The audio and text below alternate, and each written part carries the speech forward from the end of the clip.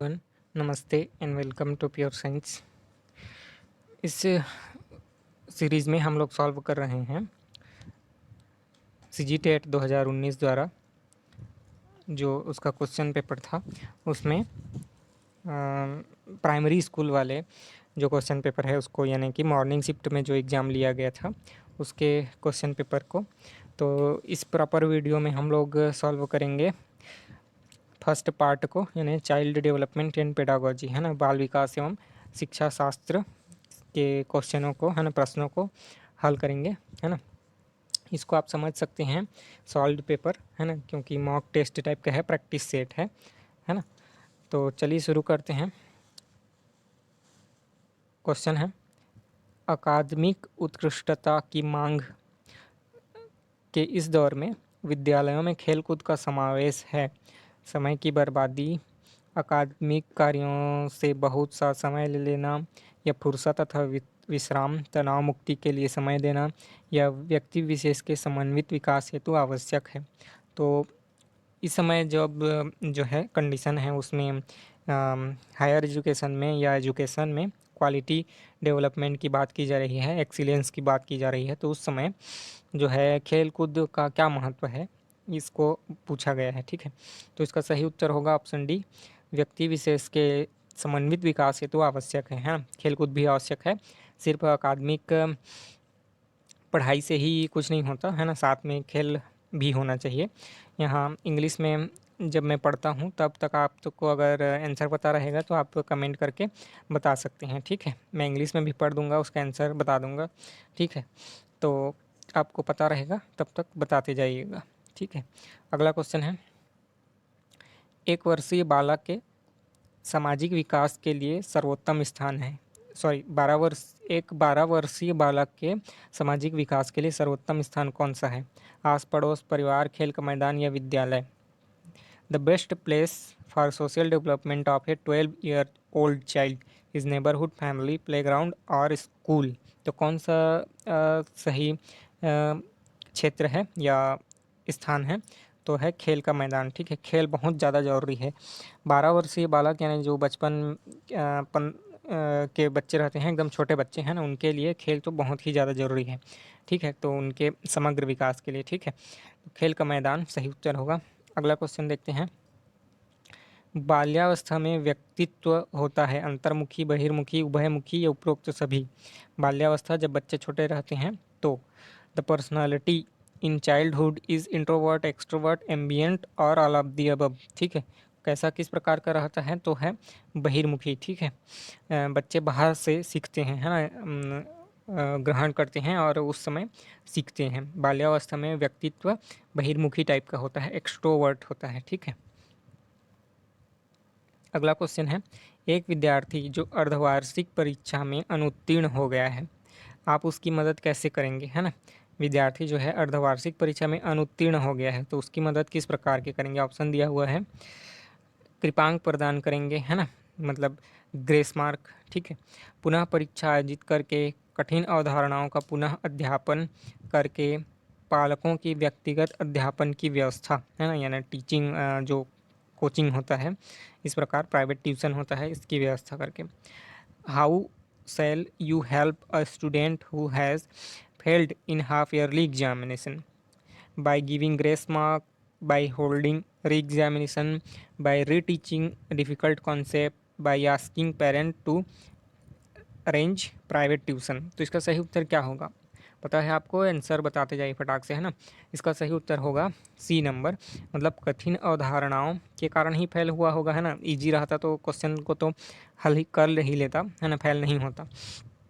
तो कठिन अवधारणाओं को उसको फिर से समझा देंगे। ठीक है, हाफ ईयरली में पता चल गया कि उसका लेवल किस प्रकार का है, वह कैसे हैंडल करता है, कितना जानता है। ठीक है, तो उसको अभी समय है ना, मेन एग्जामिनेशन के लिए, तो उसको कठिन अवधारणाओं को फिर से पढ़ा सकते हैं। ठीक है, अगला क्वेश्चन है, एक शिक्षक अपने छात्रों को सीखने के लिए कैसे अभिप्रेरित करेगा? How to motivate a student, है ना। ठीक है, तो कैसे हो? अनुशासन द्वारा, प्रश्न पूछकर, जिज्ञासा जगाकर, या कहानी लेखन द्वारा, कहानी लिखकर। ठीक है, how can a teacher motivate the students for learning by maintaining discipline, by asking question, by arousing curiosity, by story writing, है ना। कैसे, किस प्रकार से उनको अभिप्रेरित किया जा सकेगा, मोटिवेट किया जा सकेगा। तो सही उत्तर क्या होगा? ऑप्शन सी, है ना, जिज्ञासा जगाकर, बाय अराउजिंग क्यूरियोसिटी, है ना, उनमें जिज्ञासा होनी चाहिए, है ना, सीखने के प्रति, काम को, पाठ को सीखने के प्रति जिज्ञासा होनी चाहिए, है ना, क्यूरियोसिटी होनी चाहिए, तभी वो सीख सकेंगे। और ये बहुत ज़रूरी है ना, उनमें क्यूरियोसिटी, जिज्ञासा जगाकर। ठीक है, अगला क्वेश्चन है, शिक्षक अपने विद्यार्थियों में अच्छी आदतें डालने के लिए कैसे सहायक हो सकता है? शिक्षक जो है अपने विद्यार्थियों में, है ना, अच्छी आदतें डेवलप करने के लिए पाठ्य सहगामी क्रियाओं के आयोजन द्वारा, या एक आदर्श के रूप में खुद, है ना, एक आदर्श बनकर, या पुरस्कार तथा दंड के द्वारा, या उपरोक्त सभी। क्या जरूरी है इनमें से, है ना। How can a teacher help the student in the formation of good habits? By organizing co-curricular activities as a role model, use of reward and punishment, all of the above। आपके हिसाब से क्या होना चाहिए? इसका सही उत्तर है सभी, उपरोक्त सभी, है ना, ये सभी चीज़ें जरूरी हैं। पाठ्य सहगामी क्रियाओं का यानी खेल, इसका आयोजन कर सकते हैं। खुद टीचर एक अच्छा टीचर होना चाहिए, है ना, आदर्श के रूप में स्थापित होना चाहिए। पुरस्कार भी जरूरी है, दंड भी जरूरी है, तो उपरोक्त सभी, है ना। नेक्स्ट क्वेश्चन, NCF 2005 के अनुसार, है ना, शिक्षा की भूमिका किस प्रकार की होनी चाहिए? अनुज्ञानात्मक, प्रामाणिक, सरल, या इन उपरोक्त में से कोई नहीं, है ना। किस प्रकार का एक टीचर का जो है मॉडल या रोल होना चाहिए, है ना, स्टूडेंट को सिखाने के लिए? Act according to NCF 2015 the role of teacher has to be permissive, authoritative, facilitative, none of the above, है ना। किस प्रकार का टीचर का बिहेवियर होना चाहिए, किस प्रकार होना चाहिए? तो इसका सही उत्तर है फैसिलिटेटिव, सरल, सरल शिक्षक होना चाहिए, फैसिलिटेटिव होना चाहिए। ठीक है, NCF 2005 के अनुसार। पियाजे के अनुसार बच्चा कब मूर्त चीज़ों के लिए ज़्यादा तार्किक लेकिन अमूर्त विचारों का अभाव की अवस्था में पाया जाता है? ठीक है, किस अवस्था में ऐसा होता है पियाजे के अनुसार कि मूर्त चीज़ों के लिए तो ज़्यादा तार्किक होता है, लेकिन अमूर्त विचारों का उसमें अभाव होता है? 4 अवस्थाएं दी हुई हैं। पूर्व पूर्व संक्रियात्मक अवस्था, संवेदी पेशीय अवस्था, मूर्त संक्रियात्मक अवस्था, औपचारिक संक्रियात्मक अवस्था। इन चारों में से किस अवस्था में, है ना, मूर्त चीज़ों के लिए ज़्यादा तार्किक होता है लेकिन अमूर्त विचारों का अभाव होता है?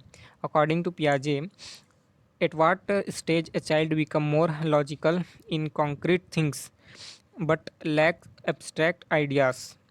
Pre operational stage, sensory motor stage, concrete operational stage, या formal operational stage? What is the stage जिसमें, है ना, ये ऐसा कंडीशन पाया जाता है पियाजे के अनुसार? तो option C is the correct answer. मूर्त संक्रियात्मक अवस्था, कॉन्क्रीट ऑपरेशनल स्टेज में जो है बच्चा मूर्त चीज़ों के लिए ज़्यादा तार्किक होता है, अमूर्त चीज़ों का अभाव होता है। ठीक है, नेक्स्ट क्वेश्चन, बालक में मानसिक मंदन की वजह यह हो सकती है ना, मानसिक रूप से मंद बुद्धि वाला हो या पिछड़ा हुआ बच्चा हो, तो उसका कारण क्या हो सकता है? ऑप्शन दिए हुए हैं, गर्भाधान के समय क्रियाशील कारण, माता के गर्भ में क्रियाशील कारण, जन्म के बाद की दुर्घटना के फलस्वरूप, या उपरोक्त में से कोई भी हो सकता है। ठीक है, ये उपरोक्त में से सभी, है ना। मेंटल रिटार्डेशन, है ना, बच्चे का पिछड़ापन मानसिक रूप से, in child can be due to causes operative at time of constipation, causes operative inside the womb of mother, due to some accident after birth, all of the above। Obvious सी बात है, ऑल ऑफ दी अबव होगा, है ना। इनमें से सभी के कारण जो दिए हुए हैं, सभी के कारण जो है बच्चा मानसिक रूप से पिछड़ा हो सकता है। ठीक है, मानसिक मंदन की अवस्था में हो सकता है, तो इनमें से सभी। अगला क्वेश्चन देखते हैं, समस्यात्मक बालक से संबंधित कौन सा गुण सही नहीं है? क्वेश्चन है, समस्यात्मक बालक से संबंधित कौन सा गुण सही नहीं है? चोरी करना, क्रोध प्रकट करना, सामाजिक रूप से समायोजित, या झूठ बोलना, है ना। समस्यात्मक बालक में कौन सा गुण सही, ये जो 4 गुण दिए हैं इनमें से नहीं होता, है ना। Which is not true quality related to a problem child? इनमें से कौन जो है ट्रू क्वालिटी नहीं है ना? Stealing, expressing anger, society adjusted, telling lies. दिख रहा है ना कौन सा होगा? सामाजिक रूप से समायोजित तो हो ही नहीं सकता बालक, नहीं तो उसको समस्यात्मक बालक क्यों कहते हैं? ठीक है, चोरी कर सकता है, क्रोध प्रकट कर सकता है, झूठ बोल सकता है। ठीक है, तो इनमें से क्या होगा आंसर? सामाजिक रूप से समायोजित नहीं होगा बालक, तो उसको बोलेंगे समस्यात्मक बालक। ठीक है, नेक्स्ट क्वेश्चन। अभिगम अधिगम अक्षमता किन कारणों से होती है ना? सीखने में कठिनाई या सीखने में अक्षम किस कारण से होता है? अधिगम अक्षमता किन कारणों से होती है? वंशानुगत कारणों से, शारीरिक कारणों से, वातावरण संबंधी कारणों से, उपरोक्त सभी। देख कर ही पता चल रहा है। ठीक है, learning disabilities is caused due to which factors? Heredity factors, psychological factors, environmental factors, all of the above. इसका उत्तर होगा ऑल ऑफ दी अबव। इन सभी के कारण जो है बच्चा अधिगम अक्षम हो सकता है। ठीक है, यानी अधिगम अक्षमता हो सकता है बच्चे में। ठीक है, इन सभी कारणों से। अगला क्वेश्चन है, बालकों की अभिवृद्धि एवं विकास में अभिवृद्धि शब्द बालकों के व्यक्तित्व के किस पक्ष से संबंधित होता है? अभिवृद्धि एवं विकास बोला जाता है ना। Child growth and development, development मतलब तो विकास, और ग्रोथ, ग्रोथ का संबंध किससे है ना? डेवलपमेंट का संबंध किससे होता है, ऐसे क्वेश्चन आता है। और ग्रोथ का संबंध किससे होता है, ये भी क्वेश्चन आता है। तो बताना है आपको कि अभिवृद्धि एवं विकास में से अभिवृद्धि का क्या मतलब है? मानसिक, है ना, शारीरिक, या चारित्रिक, या संवेगात्मक। इसमें से किसको बोलेंगे अभिवृद्धि, है ना? ग्रोथ।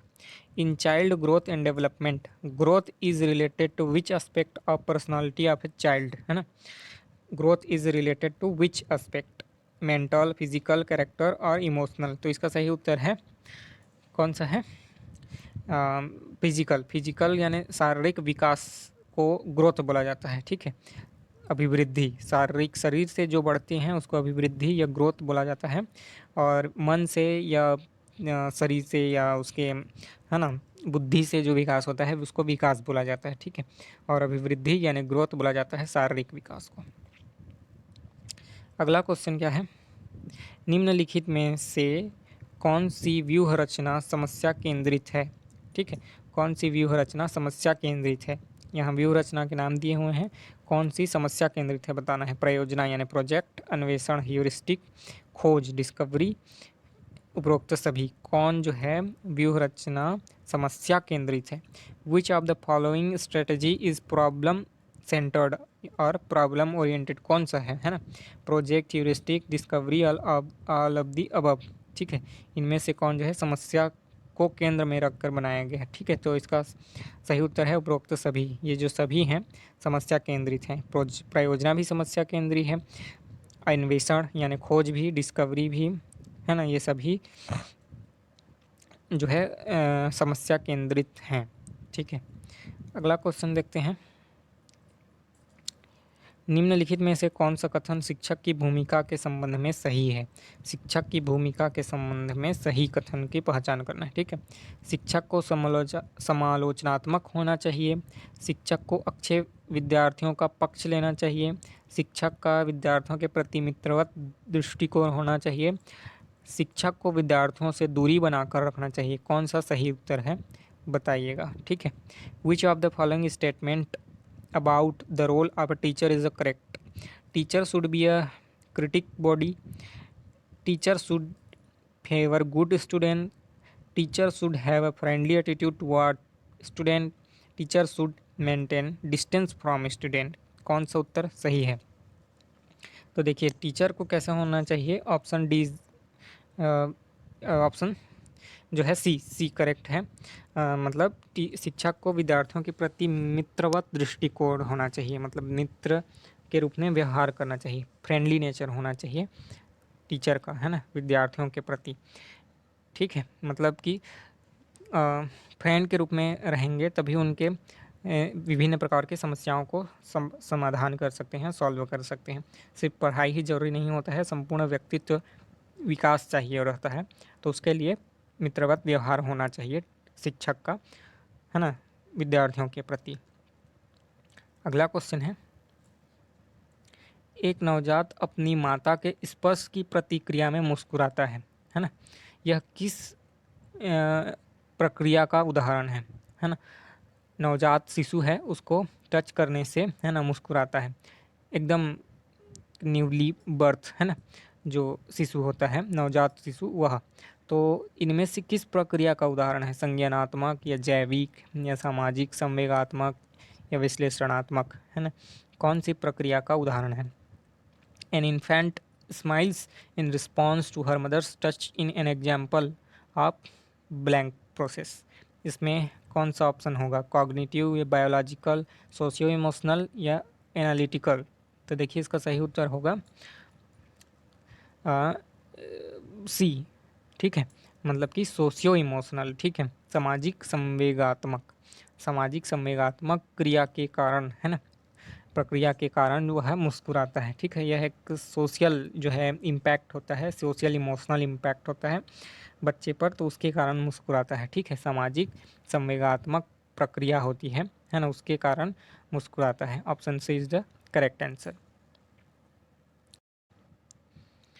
तो इस वीडियो में इतना ही रखते हैं, वीडियो बहुत लंबा हो जाता है पूरा सभी क्वेश्चन को सॉल्व करने से, ठीक है।